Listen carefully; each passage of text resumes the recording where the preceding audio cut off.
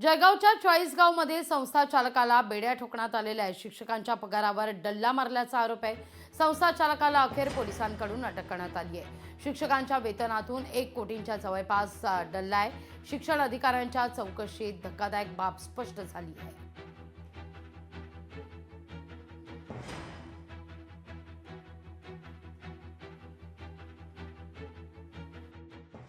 मी सुरुवातीला 2010ला जेव्हा लागली तेव्हा मी शिक्षण सेविका म्हणून होती.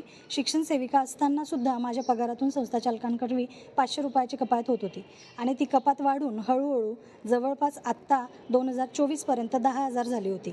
सुरुवातीला 500, नंतर 1000, मग 3000, 3500, 5000 आणि 10,000 अशी ती रक्कम वाढत गेली. आम्ही वेळोवेळी मुख्याध्यापकांना आणि संस्था चालकांना विनवणी केली, अर्ज दिले की आमची कपात बंद करा किंवा कमी तरी करा.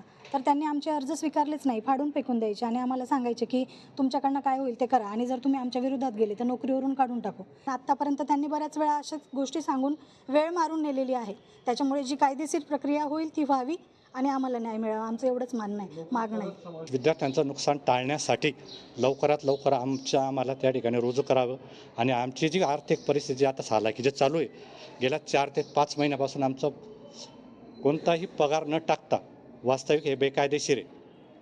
कारण 4 महिने तुम्ही आम्हाला हाकललेला आहे, त्याचा पगार चालू ठेवायला पाहिजे होता.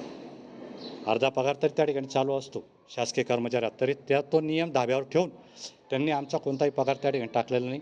आमचं पूर्ण आर्थिक गणित कोलमडलेलं आहे. पूर्ण कुटुंब आमचं आर्थिक याच्यामध्ये आहे.